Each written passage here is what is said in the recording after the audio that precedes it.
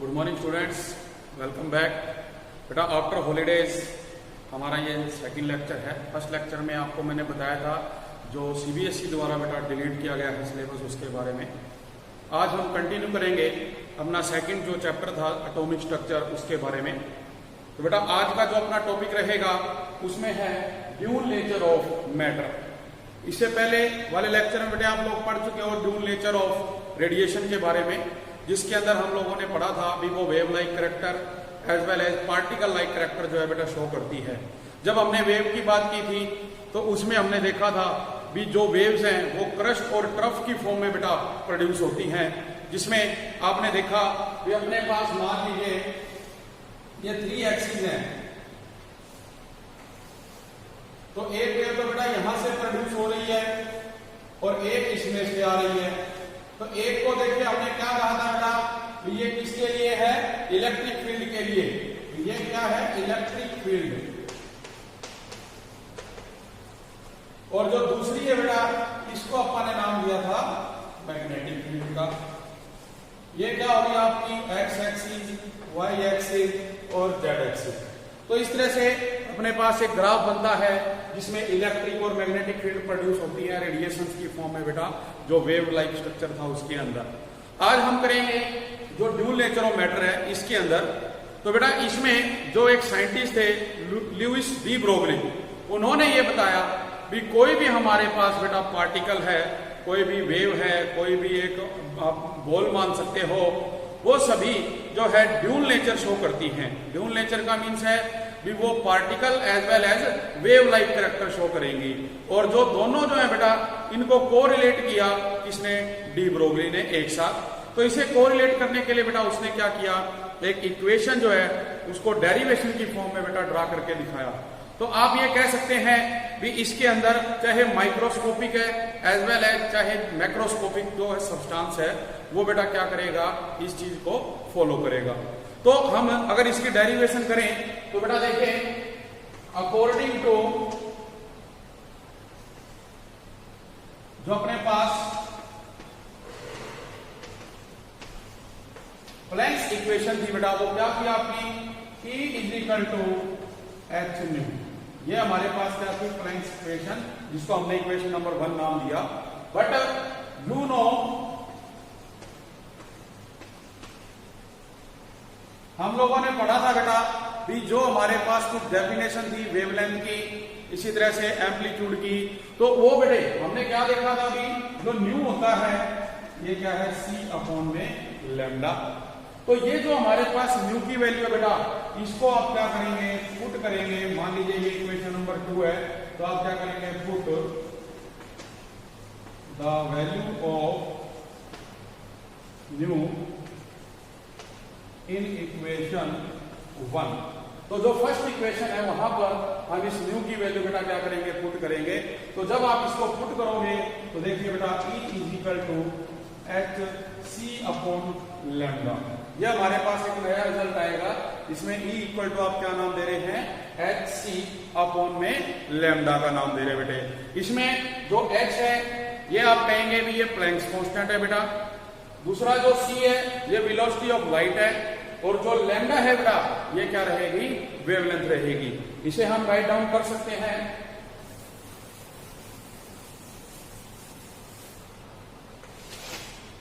Where as जो H है ये है बेटा प्लैंक्स कांस्टेंट, जो C है वेलोसिटी ऑफ लाइट, और जो लैम्डा है ये है बेटा वेवलेंथ ऑफ पार्टिकल। तो ये अपने पास एक इक्वेशन आ गई बेटा जिसके अंदर क्या है? E equal to H C upon lambda है। इसी तरह से हमने क्या देखा था बेटा भी जो दूसरी इक्वेशन थी इसके अलावा एनर्जी की ही वो किसने दी थी? आइंस्टीन ने दी थी बेटा। और उस इक्वेशन में क्या कहा गया था भी according to Einstein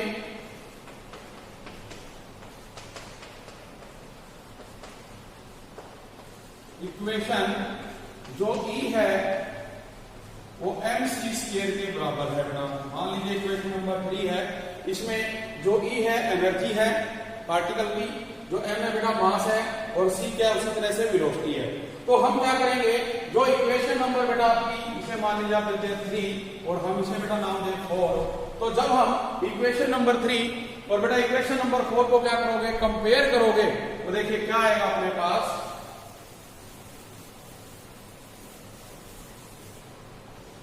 On comparing equation 3 and 4,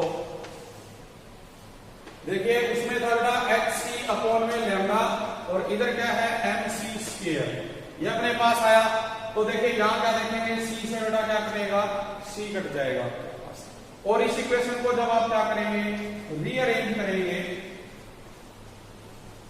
rearrange, तो जो लैम्डा है वो h अपॉन mc आ गया बेटा, ठीक है। ये आपके पास एक इक्वेशन बनी, lambda equal to h upon mc।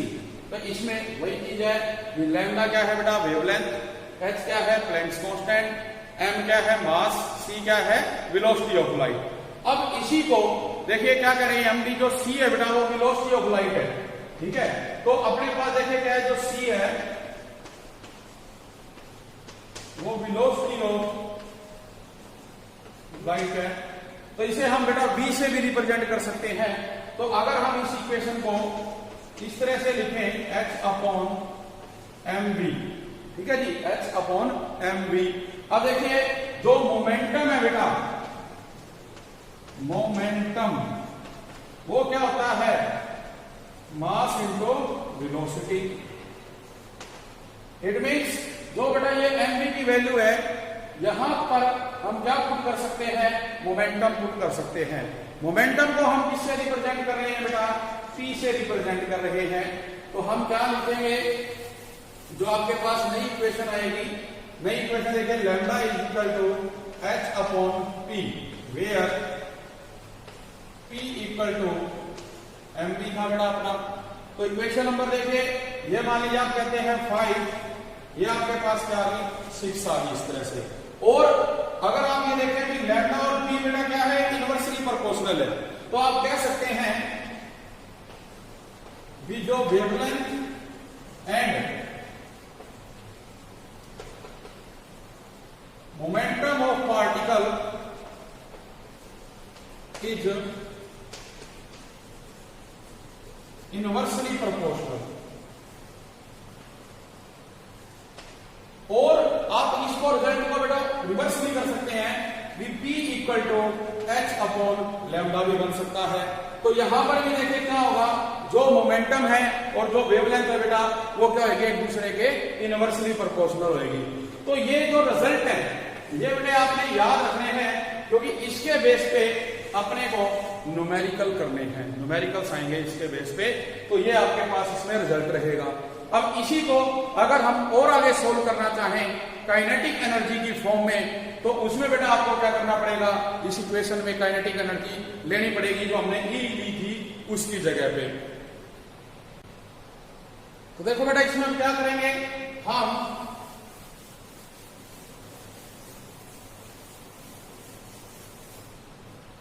देखिए, और आपको पता है भी जो काइनेटिक एनर्जी है देखिए वो क्या होती है बेटे आपके पास। अगर काइनेटिक एनर्जी को देखिए आप लोग लेंगे तो उसके लिए बेटे अपने पास क्या है, जो ई के है वो हाफ mv स्क्वायर के बराबर है, कौन ई के। अब इसको आप क्या करें, क्रॉस मल्टीप्लाई, तो 2 बेटा ऊपर चला गया, ये हो गया 2 E K is equal to mv square. मैं अगर क्या करूं, बोथ साइड m से मल्टीप्लाई करूं, तो बेटा ये क्या होगा 2m ई के, ये हो जाएगा m स्क्वायर v स्क्वायर, ठीक है। और बेटा अब क्या करें, इसका स्क्वायर रूट ले लेते हैं। तो जब स्क्वायर रूट लोगे तो 2m ई के किसके बराबर आएगा, mv के बराबर आ जाएगा। और जो mv है वी नो, बट जो mv है वो p के बराबर है बेटा, इसके बराबर है p के, मोमेंटम के। इसलिए जो p की वैल्यू है वो 2m ई के बराबर होगी। अब इस इक्वेशन को बेटा आप क्या कर सकते हैं, जो P की वैल्यू है उसे हम यहां पुट कर सकते हैं या आप इसको यहां पुट कर सकते हैं। तो देखिए जब इसकी वैल्यू को आप यहां पुट करेंगे तो आपके पास जो रिजल्ट आएगा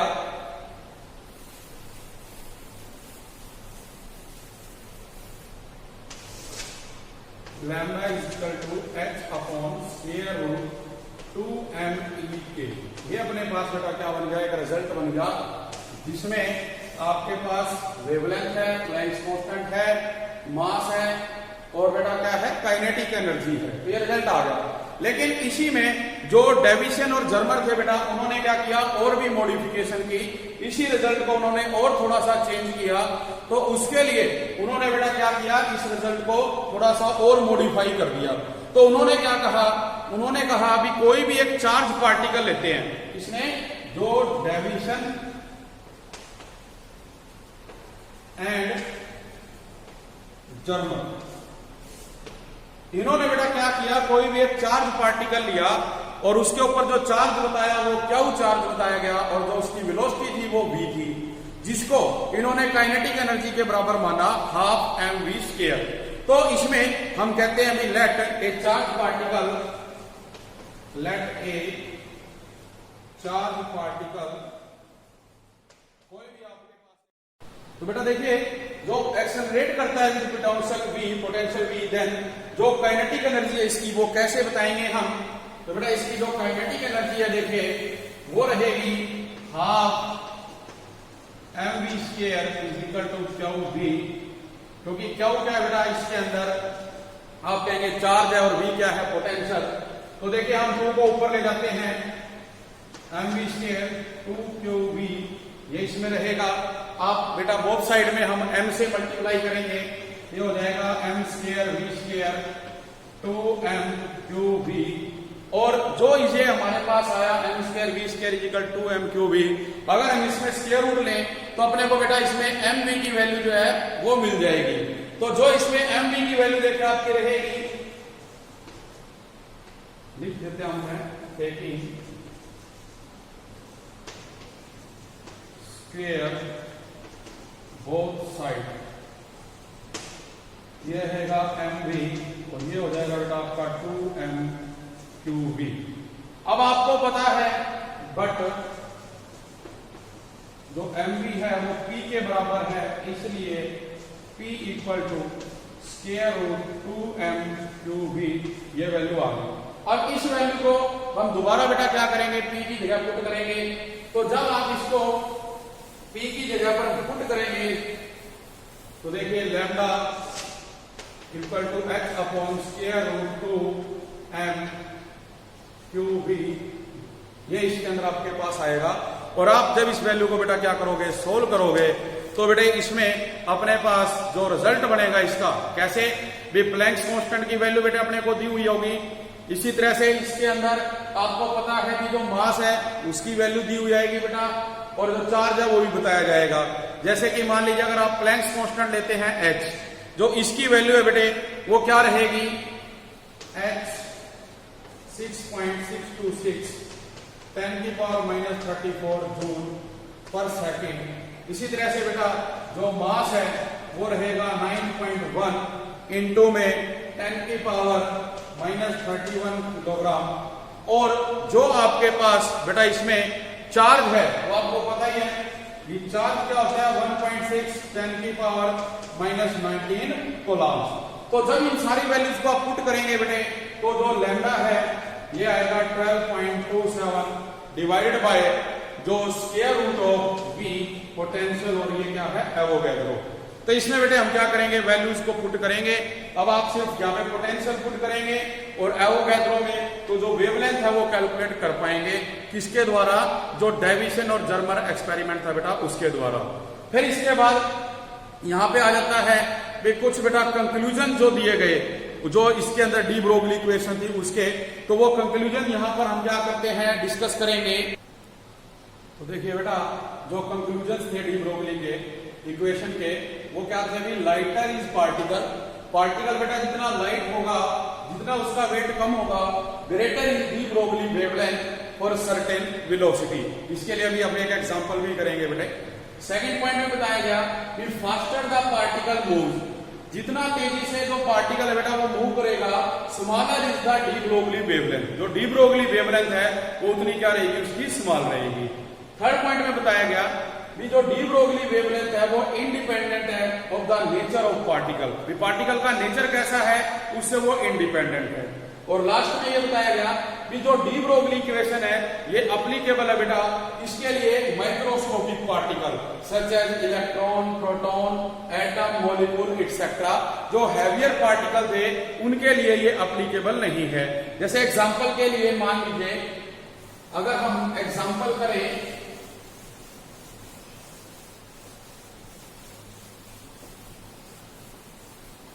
एग्जाम्पल बेटा आपके पास इलेक्ट्रॉन है और एक बॉल है।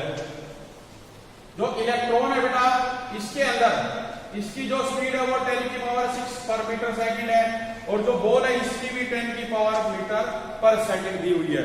बट जो इनका वेट है वो बेटा अलग अलग दिया गया है अपने को। जो इसमें इलेक्ट्रॉन है उसका जो बेटा जो आपको वेट बताया गया है वो बताया गया है इसके अंदर जो 200 ग्राम, और जो बेटे अपने पास है जो बेटे मूविंग इलेक्ट्रॉन है और जो मूविंग बॉल है उसका वेट है कि जो अपने पास इलेक्ट्रॉन है इसका तो बेटे 200 ग्राम है, जबकि जो मूविंग बॉल है उसका दिया गया है 0.2 kg। ये अपने को दे रखा है उसने मास और वेलोसिटी। अब आपके पास इक्वेशन जो होती है lambda is equal to h upon mv है बेटा। h क्या है, प्लैंक्स कांस्टेंट है। आप प्लैंक्स कांस्टेंट की वैल्यू 6.626 10 की पावर -34, जो मास है 9.1 इंटू 10 की पावर -31 इंटू में बेटा जो वेलोसिटी है 10 की पावर 6, ये यहां पर हम क्या कर रहे हैं, पुट कर रहे हैं। तो जब बेटा आप ये पुट करोगे, इसको सोल्व करते हो किसके लिए, मूविंग इलेक्ट्रॉन, तो जो मूविंग इलेक्ट्रॉन है उसके लिए जो वैल्यू है वो 7.28 इंटू 10 की पावर -10 मीटर बेटा इसके अंदर आएगी। जबकि आप निकालोगे किसके लिए, मूविंग बॉल, 6.626 10 की पावर -34 डिवाइडेड बाय जो ये बेटे अपने पास है 0.2 इंटू में जो आपके पास बेटा वेलोसिटी की स्पीड वो वेलोसिटी है वो 10 की पावर 6 है। तो इसे बेटा सोल्व करने पे ये रिजल्ट आता है 3.313 इंटू 10 की पावर -39 मीटर। तो इसमें देखिए बेटा हमने जो फर्स्ट अपना किया था कंक्लूजन में, उसने क्या कहा था, लाइटर इज पार्टिकल, पार्टिकल जितना लाइट होगा उसकी वेवलेंथ उतनी ज्यादा होगी। तो आप देख सकते हैं कि यहां पर ये तो वेवलेंथ बेटा ये ज्यादा है किसके कंपैरिजन में, इसके। तो ये हुआ कि जो इलेक्ट्रॉन है वो बेटा क्या है, उसकी वेवलेंथ ज्यादा है एज कंपेयर टू बॉल। तो जो हमारे पास इलेक्ट्रॉन है वो एक लाइटर पार्टिकल हुआ, माइक्रोस्कोपिक पार्टिकल हुआ बेटा एज कंपेयर टू बॉल, क्योंकि जो बॉल है वो एक हैवियर पार्टिकल्स में आ जाएगी। तो इसका जो कंक्लूजन था हमने इस एग्जाम्पल के द्वारा बेटा यहां पे बताया। इसी चीज को आगे जो है बेटा अगर हम कंपैरिजन करें बोर थ्योरी का और जो डी ब्रोगली इक्वेशन है उसके द्वारा भी हम इस रिजल्ट को बेटे ड्रा कर सकते हैं, जो कि हम लोगों ने किया है। तो उसमें आप क्या देखेंगे भी अपने पास जैसे तुमने किया था भी जो MVR है वो इंटीग्रल मल्टीपल होता है बेटे 2 पाई के बराबर। तो आपने देखा था कि एक जो हमारे पास ऑर्बिट है ये न्यूक्लियस है और ये ऑर्बिट है, इसके अंदर जो इलेक्ट्रॉन है वो क्या करता है, रिवॉल्व करता रहता है बेटा इसके अंदर। तो अगर हम ये कहें भी जो हमारे पास एक सरकमफेरेंस होता है किसी भी सर्कल का, जैसे 2 पाई r, इसमें अपने को इक्वेशन दी गई है 2 पाई r जो है वो किसके बराबर मानी जाएगी बेटे, यहाँ पे जो हमारे पास वेवलेंथ है और जो इंटीग्रल मल्टीपल है n लैम्डा के बराबर मान रहे हैं इसके अंदर। जो ये हमारे पास रिजल्ट है, जो टॉपिक बेटा हम कर रहे हैं वो है बोर वर्सेस डी ब्रोगली।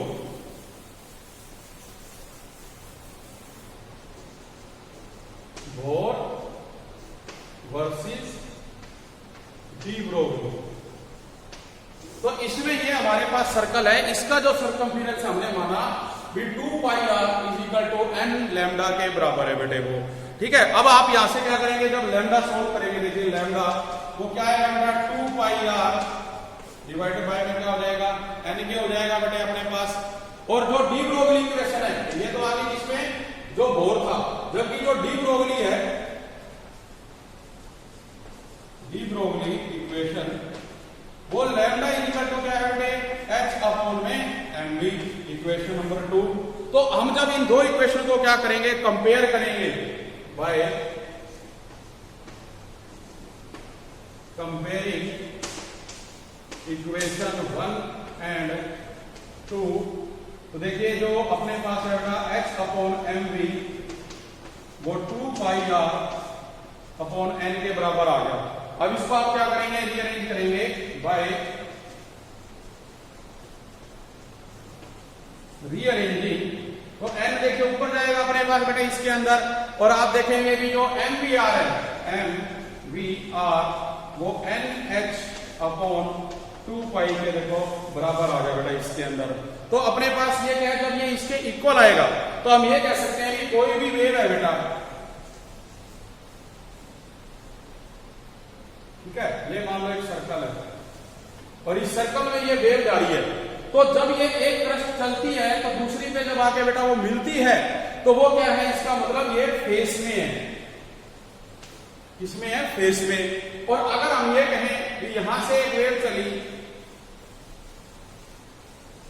और वो इस तरह से एक दूसरे को कट कर रही है, मतलब ये आउट ऑफ फेस है बेटे, आउट ऑफ फेस।